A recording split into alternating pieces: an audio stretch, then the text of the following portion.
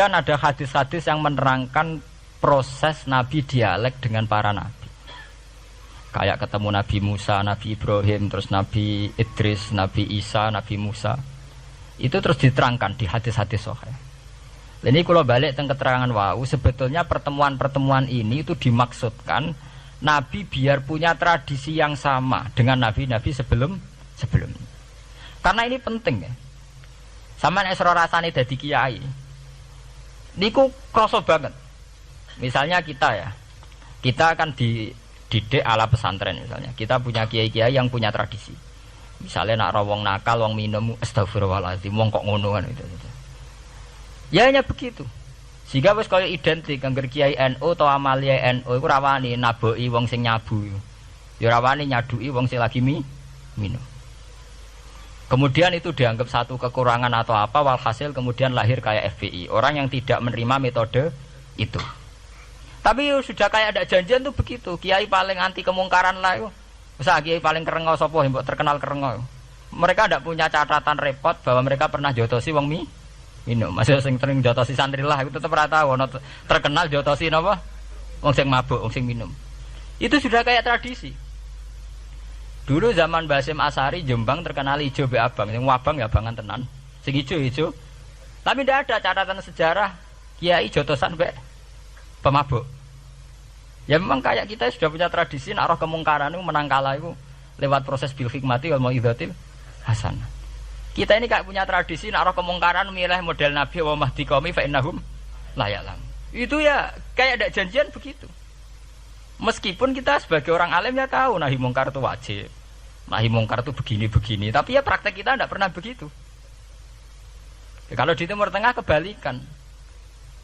Mana tidak terima karuan wong nakal. Podo soleh beda aliran halal dibunuh. Sehingga wong Sunni yang ngalalo dari wong Syiah nggih ngalalo dari napa? Wong Sunni. Ya sudah kayak tradisi. Sampai nak maca kitab fikih-fikih khas Arab. Mau biasa muni wong ngene iku muhaddarun damu. Padahal ya wong soleh, wong Islam di mazhab apa ini disebut darun apa? Damu. Sehingga kita itu tadi, kita punya tradisi. Saya tuh kalau sedang tahajud, matehai para wali-wali songo atau apa, itu yang terpikir di saya itu hanya satu. Agama Islam itu lahir lewat Quran dan hadis. Tapi kemudian tahu-tahu tetap berimprovisasi, berkembang sesuai tokoh yang membawa. Sampai kalau melihat Islam di India dulu sampai perang besar-besaran, kemudian zaman Abul A'la Al-Maududi, zaman periode Muhammad Iqbal, sampai India pecah, kemudian jadi Pakistan yang bernegara apa? Islam, karena banyak konseptor Islam yang tidak setuju negara sekuler. Akhirnya mereka misah jadi negara Islam Pakistan. Kemudian Timur Tengah juga begitu. Karena Timur Tengah sudah Islam semua, masalahnya itu diislamkan ala Sunni atau ala Syiah. Iran menjelma sebagai aliran Syiah. Yang Sunni dianggap sesat, halal darah. Irak zaman Saddam Hussein pemerintahan Sunni. Sing Syiah dibantai sehingga wong Kurdi do mati. Era Saddam keok gentenan Saddam sing dibantai. Makanya kalau saya ngaji di Jogja, seminar di Jogja bilang, kita ini harus bersyukur. Kita ini punya tradisi konflik yang terbaik di dunia. Enggak, kita ini punya tradisi konflik yang terbaik di dunia. Sampai nak Isra Ikhwanil Muslimin teng Mesir, Badan Intelijen Nasional atau Badan Stabilitas Nasional, Bakor Setanas itu harus terima kasih sama tradisi tokoh-tokoh Islam di Indonesia. Lepas dari kita setuju tidak setuju itu terserah. Tapi kita punya tradisi konflik yang paling baik di dunia. Kurang bencinya Gus Dur sama FPI atau FPI sama Gus Dur. Paling mereka ya adu statement di depan wartawan. Itu bagus sekali. Cara nang Arab wis tembak-tembakan. Kita punya sejarah. Secara pesantren saya itu punya sejarah panjang. Zaman Mbah Imam beda dengan Mbah Zubair, zaman Kiai Memun beda dengan Kiai yang lain. Paling adu statement saat ada tamu itu paling bagus. Kita punya tradisi konflik paling bagus di dunia. Kayak apa mangkelnya orang NU saat Gus Dur diimpis, dipecat. Tapi habis itu ya sering seminar ketemu Amin Rais. Ya mereka adu polemik, ini tidak konstitusional, ini apa.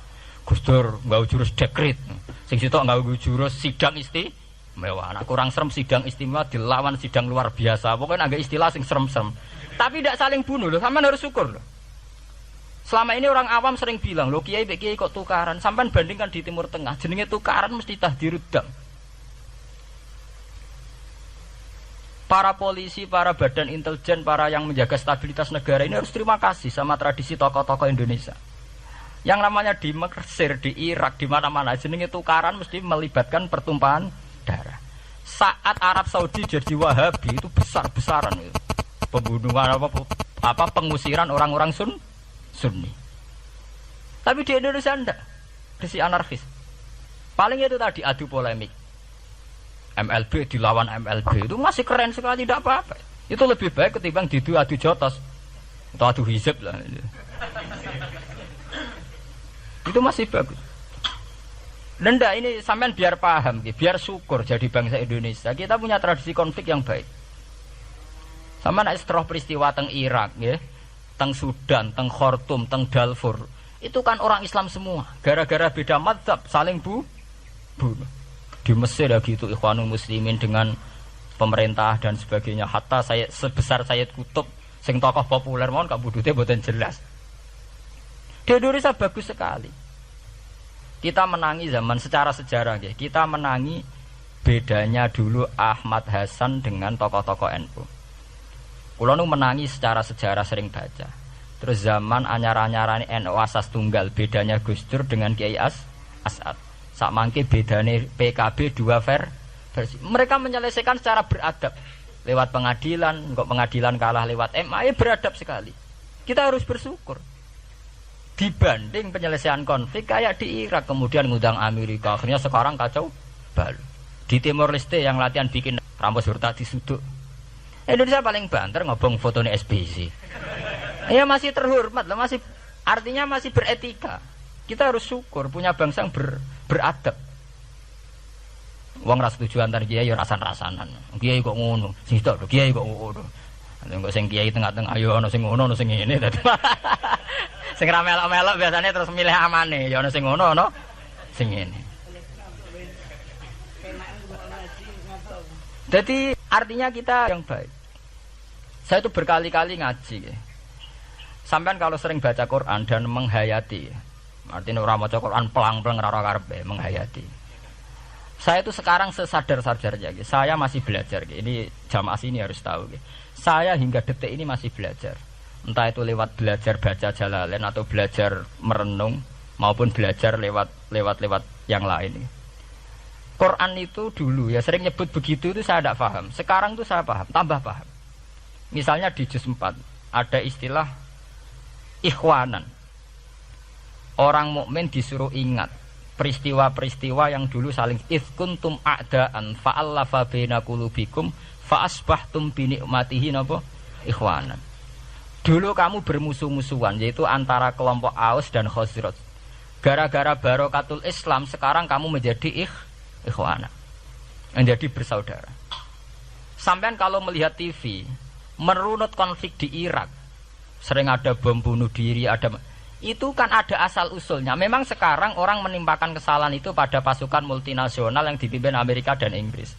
Tapi sebetulnya ada usul-usulnya. Sampai Amerika bisa masuk karena orang Irak tidak ikhwanan. Tidak apa?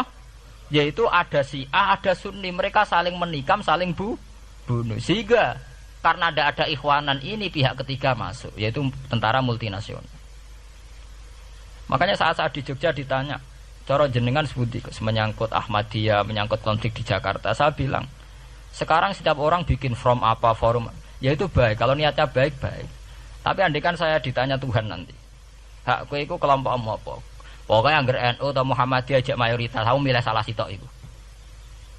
Bukan karena saya oportunis milih yang besar, itu lebih baik, lebih maslahat. Karena kalau setiap orang merasa benar bikin kelompok sendiri akan menjadi kelompok banyak. Dan saat menjadi kelompok banyak, tentu konflik itu lebih tidak terpola. Tidak apa? Terpola. Umpama Hasim tukaran mbek Din Samsudin itu terpola. Tapi nek angger wong ngrasa ketua dhewe tidak terpola. Bagaimanapun ikhwanan itu harus disyukuri. Nggih, dalam kondisi berteman. Sebab itu Nabi sering ngendikan ilzamu jamaahirul muslimin wa man sadza sadzafin. Mbok kamu itu ikut kelompok mayoritas saja.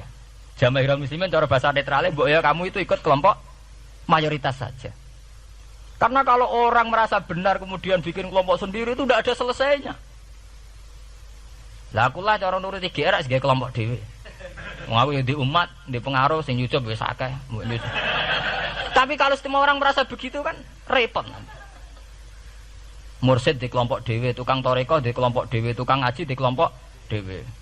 Model kitab pirang-pirang sesi ana jamaah Jalalain, jamaah Muin, jamaah Fathul Wahhab. Nah, sing iso ngaji jamaah tahlil, jamaah istighosah. Ora ana bare itu. Saya tuh kalau ditanya di Jogja, meskipun saya kritis, artinya kritis itu mungkin terhadap satu fenomena kita tidak setuju atau Muhammadiyah dalam banyak hal atau satu dua hal. Itu tidak menjadi alasan kita untuk tidak mengikuti mainstream.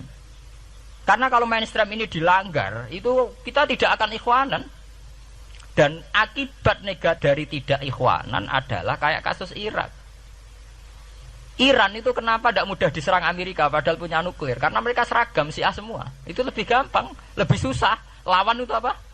Susah. Arab Saudi juga mudah diadu karena karuan seragam Wahabi semua. Kita tidak bicara itu ya akidah. Mungkin kamu bisa debat Wahabi itu benar apa enggak. Tapi karena relatif aman, nggak diacak. Indonesia juga gitu. Kenapa tidak banyak konflik? Karena orang itu Islamnya kalau udah NU ya Muhammadiyah. Buat cocok cocok, boleh milih. Itu lebih mudah. Ketimbang ada faksi-faksi baru, kemudian stabilitas menjadi tambah kacau. Mulane kula niku saya loh ya, saya pribadi menghimbau. Ya. Melihat ayat itu dihitung Tuhan sampai Allah ngendikan apa if kuntum a'daan fa'allafa baina qulubikum fa asbahtum bi ni'matihi napa. Kekuatan sebuah negara itu bukan karena senjatanya canggih, tapi karena rakyatnya tidak bentrok.